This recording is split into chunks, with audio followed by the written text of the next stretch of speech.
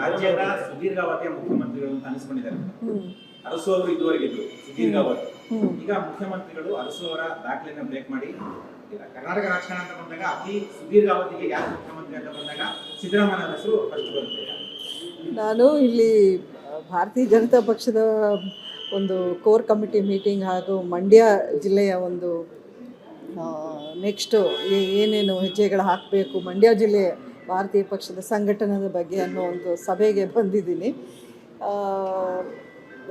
ಸುದೀರ್ಘಾವಧಿಯ ಒಂದು ಮುಖ್ಯಮಂತ್ರಿಗಳು ಸಿದ್ದರಾಮಯ್ಯ ಅವರಿಗೆ ನನ್ನ ಅಭಿನಂದನೆಗಳನ್ನು.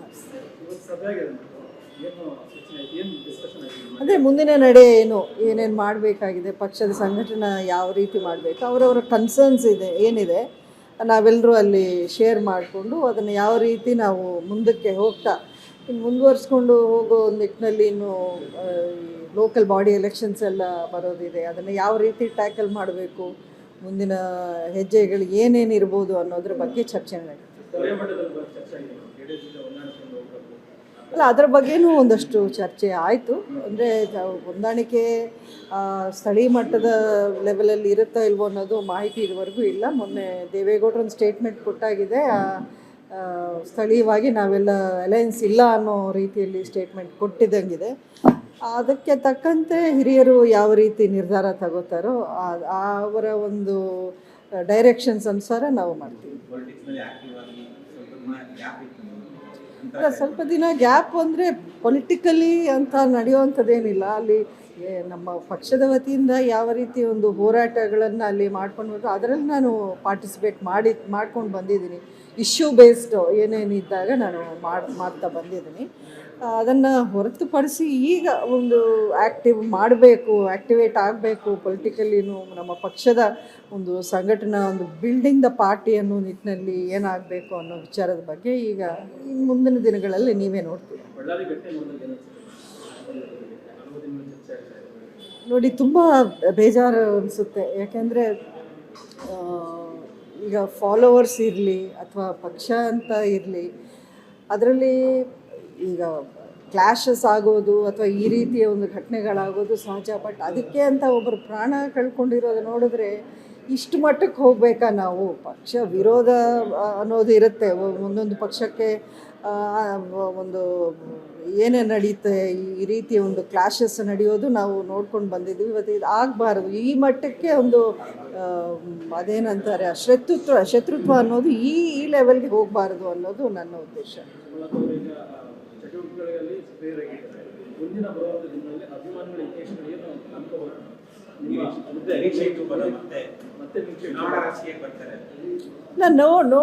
ಅದಕ್ಕೆ ತಾನೇ ಇವತ್ತು ಡಿಸ್ಕಷನ್ ಫಸ್ಟ್ ಮೀಟಿಂಗೇ ನಡೆದಿದ್ದು ಇವತ್ತು. ಈ ಒಂದು ನಿಟ್ಟಿನಲ್ಲಿ ಖಂಡಿತ ಮುಂದಿನ ದಿನಗಳಲ್ಲಿ ಪಾರ್ಟಿ ಜೊತೆಲಿ ಚರ್ಚೆ ಮಾಡಿ ಇನ್ನು ಹೈಕಮಾಂಡ್ ಜೊತೆಲೂ ಮಾತನಾಡೋ ಒಂದು ಅವಕಾಶ ಇದೆ.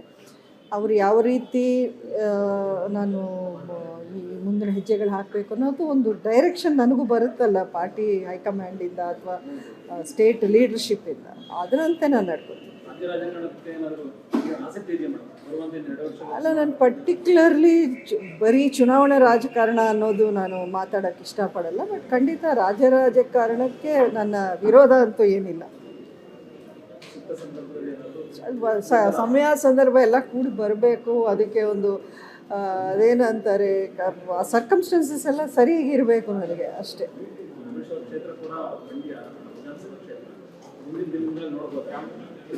ಇಲ್ಲ, ಆ ರೀತಿ ಯಾವುದೊಂದು ಪರ್ಟಿಕ್ಯುಲರ್ ಕ್ಷೇತ್ರ ಅಂತನೋ ಅಷ್ಟು ಮಟ್ಟಕ್ಕೆ ನಾವು ಮಾತಾಡಿಲ್ಲ. ಈಗ ಜನರಲ್ ಡಿಸ್ಕಷನ್ ನಡೆದಿದೆ ಪಕ್ಷ ಸಂಘಟನೆ ಬಗ್ಗೆ. ಮುಂದಿನ ದಿನಗಳಲ್ಲಿ ಇನ್ನು ಹಲವಾರು ಮೀಟಿಂಗ್ಸ್ ಮಾಡಬೇಕು, ಮಂಡ್ಯದಲ್ಲೇ ಮಾಡಬೇಕು ಅನ್ನುವಂಥ ನಿರ್ಧಾರನೂ ಆಗಿದೆ. ಸೊ ಖಂಡಿತ ಫಸ್ಟು ಗ್ರಾಸ್ ರೂಟಿಂದ ಪಕ್ಷವನ್ನು ಯಾವ ರೀತಿ ಬೆಳೆಸಬೇಕು, ಬಿಲ್ಡ್ ಮಾಡಬೇಕು ಅನ್ನೋದ್ರ ಬಗ್ಗೆ ನಾವೆಲ್ಲರೂ ಒಂದು ಕಾಳಜಿ ತಗೊಂಡು ಮಾಡ್ತೀವಿ.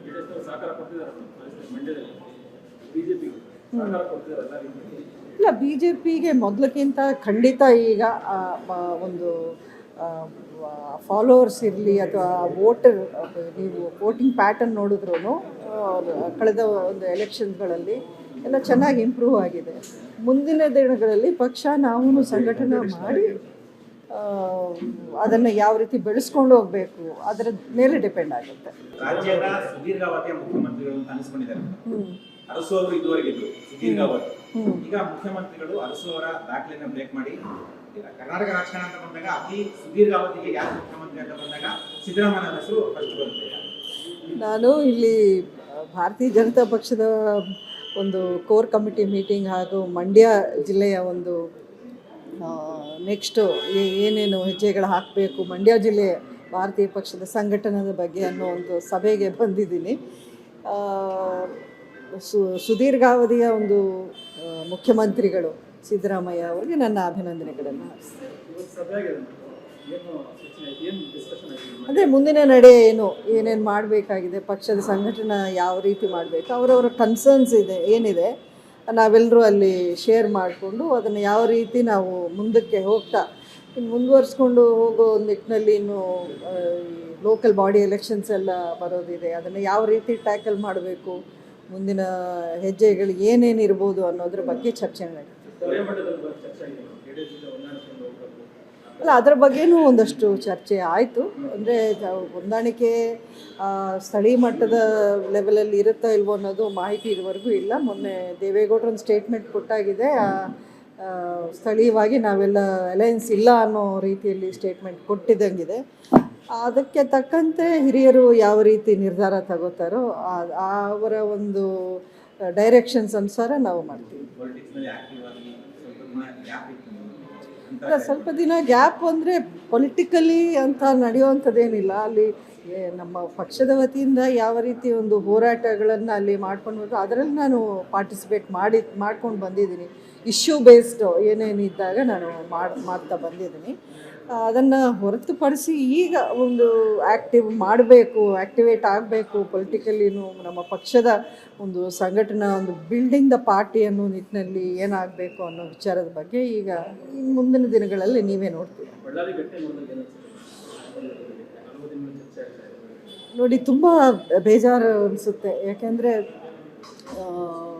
ಈಗ ಫಾಲೋವರ್ಸ್ ಇರಲಿ ಅಥವಾ ಪಕ್ಷ ಅಂತ ಇರಲಿ, ಅದರಲ್ಲಿ ಈಗ ಕ್ಲಾಶಸ್ ಆಗೋದು ಅಥವಾ ಈ ರೀತಿಯ ಒಂದು ಘಟನೆಗಳಾಗೋದು ಸಹಜ. ಬಟ್ ಅದಕ್ಕೆ ಅಂತ ಒಬ್ಬರು ಪ್ರಾಣ ಕಳ್ಕೊಂಡಿರೋದು ನೋಡಿದ್ರೆ ಇಷ್ಟು ಮಟ್ಟಕ್ಕೆ ಹೋಗಬೇಕಾ ನಾವು? ಪಕ್ಷ ವಿರೋಧ ಅನ್ನೋದು ಇರುತ್ತೆ, ಒಂದೊಂದು ಪಕ್ಷಕ್ಕೆ ಒಂದು ಏನೇ ನಡೀತೆ ಈ ರೀತಿಯ ಒಂದು ಕ್ಲಾಶಸ್ ನಡೆಯೋದು ನಾವು ನೋಡ್ಕೊಂಡು ಬಂದಿದ್ದೀವಿ. ಇವತ್ತು ಇದು ಆಗಬಾರ್ದು, ಈ ಮಟ್ಟಕ್ಕೆ ಒಂದು ಅದೇನಂತಾರೆ ಶತ್ರುತ್ವ ಅನ್ನೋದು ಈ ಲೆವೆಲ್ಗೆ ಹೋಗಬಾರ್ದು ಅನ್ನೋದು ನನ್ನ ಉದ್ದೇಶ.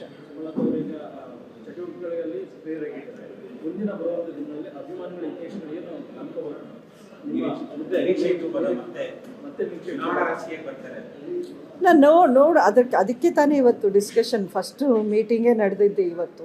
ಈ ಒಂದು ನಿಟ್ಟಿನಲ್ಲಿ ಖಂಡಿತ ಮುಂದಿನ ದಿನಗಳಲ್ಲಿ ಪಾರ್ಟಿ ಜೊತೆಲಿ ಚರ್ಚೆ ಮಾಡಿ ಇನ್ನು ಹೈಕಮಾಂಡ್ ಜೊತೆಲೂ ಮಾತನಾಡೋ ಒಂದು ಅವಕಾಶ ಇದೆ. ಅವರು ಯಾವ ರೀತಿ ನಾನು ಈ ಮುಂದಿನ ಹೆಜ್ಜೆಗಳು ಹಾಕಬೇಕು ಅನ್ನೋದು ಒಂದು ಡೈರೆಕ್ಷನ್ ನನಗೂ ಬರುತ್ತಲ್ಲ ಪಾರ್ಟಿ ಹೈಕಮಾಂಡಿಂದ ಅಥವಾ ಸ್ಟೇಟ್ ಲೀಡರ್ಶಿಪ್ಪಿಂದ, ಅದರಂತೆ ನಾನು ನಡ್ಕೊತೀನಿ. ಅಲ್ಲ, ನಾನು ಪರ್ಟಿಕ್ಯುಲರ್ಲಿ ಬರೀ ಚುನಾವಣಾ ರಾಜಕಾರಣ ಅನ್ನೋದು ನಾನು ಮಾತಾಡೋಕ್ಕೆ ಇಷ್ಟಪಡಲ್ಲ. ಬಟ್ ಖಂಡಿತ ರಾಜಕಾರಣಕ್ಕೆ ನನ್ನ ವಿರೋಧ ಅಂತೂ ಏನಿಲ್ಲ. ಸಮಯ ಸಂದರ್ಭ ಎಲ್ಲ ಕೂಡಿ ಬರಬೇಕು, ಅದಕ್ಕೆ ಒಂದು ಅದೇನಂತಾರೆ ಸರ್ಕಮ್ಸ್ಟೆನ್ಸಸ್ ಎಲ್ಲ ಸರಿಯಾಗಿರಬೇಕು ನನಗೆ ಅಷ್ಟೇ.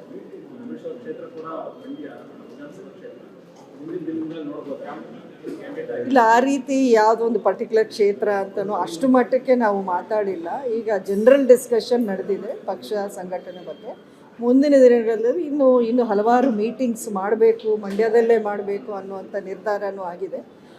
ಸೊ ಖಂಡಿತ ಫಸ್ಟು ಗ್ರಾಸ್ ರೂಟಿಂದ ಪಕ್ಷವನ್ನು ಯಾವ ರೀತಿ ಬೆಳೆಸಬೇಕು, ಬಿಲ್ಡ್ ಮಾಡಬೇಕು ಅನ್ನೋದ್ರ ಬಗ್ಗೆ ನಾವೆಲ್ಲರೂ ಒಂದು ಕಾಳಜಿ ತಗೊಂಡು ಮಾಡ್ತೀವಿ.